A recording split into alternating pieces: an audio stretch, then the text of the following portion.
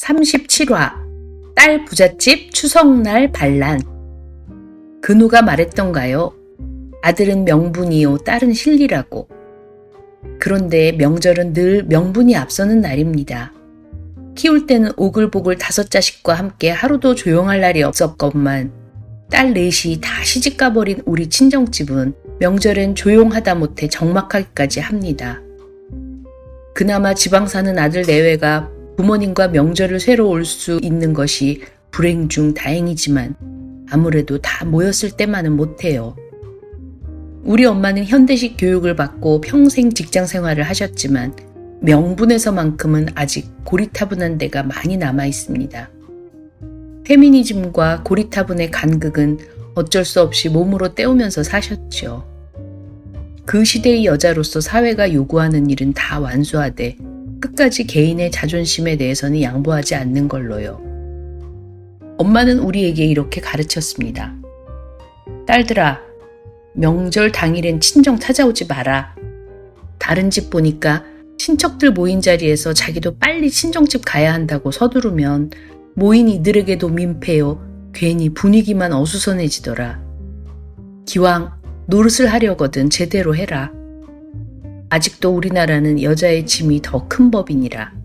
그날 하루는 온전히 시댁에서 며느리 노릇 잘하고 마음 편하게 다음날 만나자. 친정 식구 명절 모임은 그래서 늘 오락가락했습니다. 아버지는 그새 검은 머리카락이 한 올도 안 남은 백발노인이 되셨고 한 번도 자식 찾는 눈치를 안 보이던 씩씩한 엄마도 가끔 외롭다는 전화를 하십니다. 그런 모습을 머릿속에 지닌 채 명절날 시댁 조상을 모시느라 진을 빼다 보면 어찌 한스러운 마음이 쌓이질 않겠습니까? 시집에서 일을 많이 하거나 심하게 구박을 받아서가 아니라 그냥 저절로 심사가 사나워집니다. 조상 대대로 내려왔다는 그 유교적 전통이란 게 평등 교육을 받고 자란 여자들에게는 가부장적 잔재가 오로리 박힌 시대적 폭력 사태나 다름없으니까요. 조용히 참고는 있지만 누가 불씨만 하나 건드려도 울컥 성깔 부릴 준비가 됩니다. 그렇게 지나가는 빈 명절에도 여전히 종갓집 장소 노릇을 해야 했던 아버지는 그동안 선산을 두루 정리하면서 가족 납골묘를 만드셨습니다. 자식들이 어릴 적엔 고향 언덕에다 몇 대조 누구시다 라고 역사책 줄줄이 읊어대는 게 낙이셨으나 이젠 그 많던 실리들이 명절마다 남의 집 조상 모시기에 바쁘고 달랑 남은 명분마저 교회에 다닙니다. 그러니 이 모든 형식을 아버지 대에서 정리하는 편이 낫겠다는 생각이셨나 봅니다. 마음만 있으면 되었지 무슨 방법으로 죄를 올리던 뭔 상관이냐는 백발 아버지의 큰 결심이 존경스러우면서도 약간은 안쓰러웠어요. 시끌벅적한 딸들을 남에게 곶감 빼주듯 하나씩 시집 보내고 명절 당일 헛헛함이 당연해진 지 25년이 넘은 즈음 마침내 시집간 딸들의 명절 대반란이 벌어졌습니다. 딸 부잣집 친정 식구들이 명절 당일에 거창한 추석 파티를 해보자고 작당을 한 것이죠. 셋째 언니가 자기 아들이 무슨 상을 받아서 상금을 탔다는 핑계로 이번에 모이면 한턱 쏘겠다고 한 말이 발단이었습니다. 이래저래 시간을 맞춰보는데 추석 다음 날은 두 집이나 선약이 있다는 거예요. 굳이 그럴 필요가 없어서 안 했을 뿐이지 이미 시댁 눈치 보면서 사는 군번이 아닌 50대 아줌마들 4명이 급기야 중대 결정을 하기에 이르렀습니다. 그래? 그럼 할 수 없다. 이번 추석엔 당일에 모이자. 스케줄 먼저 정리해놔. 과부 사정은 호라비가 안다고 남의 집 며느리 노릇 선배인 시누이들은 우리 집 며느리 눈치부터 살핍니다. 괜찮겠니? 너도 명절 저녁엔 혼자 계신 바깥 사돈께 가려던 거 아니야? 아니요. 하기도 어려운 질문인 줄 알지만 양해부터 얻는 게 순서입니다. 괜찮아요. 아버지는 옆집에 사셔서 언제라도 뵐 수 있는걸요. 우리 애들도 사촌 형제들 보고 싶어 하니까 그날 저녁에 다 같이 만나도록 해요. 에헤 라디야. 며느리 제가까지 떨어지고 나선 빠르게 모임을 추진했습니다. 셋째 언니는 원래 자기 집으로 조촐히 부르려던 생각이었는데 일이 점점 커지자 호기롭게 외식도 불사하겠다며 모임 장소만 찾아보랍니다.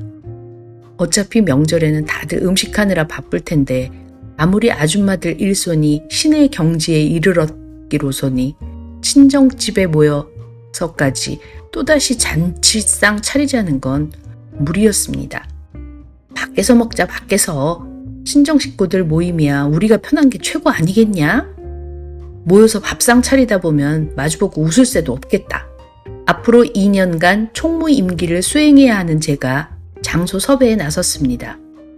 중국집 룸을 빌리자니 너무 구태의연하고 뷔페 음식점을 가자니 왔다 갔다 드나드는 게 귀찮고 한정식은 젊은 아이들이 별로 달가워하지 않을 것이고 일식집은 호불호가 갈리는 데다 가격도 만만치 않았습니다. 고민하면서 동네를 헤매다가 우연히 고깃집을 발견했죠. 수입 고기를 굽는 집이라서 값도 저렴했습니다. 레스토랑처럼 생겼는데 작은 앞마당에 따로 테이블이 총총히 놓여 운치도 있었고요. 20명이 넘는 우리 가족이 마당을 통째로 빌리면 야외 파티 기분이라도 낼 수 있을 것 같았어요. 수입 고기가 무슨 문제겠어요. 친정 식구들끼리 놀다 보면 고무 타이어라도 신나게 씹을 판인데요. 문을 빼꼼 열고 물어봤습니다. 여기 추석날 저녁에도 영업하시나요? 네네, 추석날까지 하고 그 다음날부터 쉽니다. 아이고 하느님 고맙기도 하시지. 착한 일도 별로 안 한 것 같은데 이렇게 우리를 위해 미리 딱 맞는 음식점까지 점지해 놓으시다니 에헤라디야 얼씨구나 노래를 부르며 잽싸게 예약을 했습니다. 그 다음부터 일사천리로 일을 진행합니다. 가족 카톡을 띄워 장소와 시간을 공지하고 가족 회비 주무르는 총무 권한으로 의논도 없이 제 맘대로 규칙을 발사합니다. 여러분, 셋째 언니가 전부 다 내면 고기 추가할 때마다 다들 눈치가 보일 테니 언니는 상금 50만 원만 내십시오.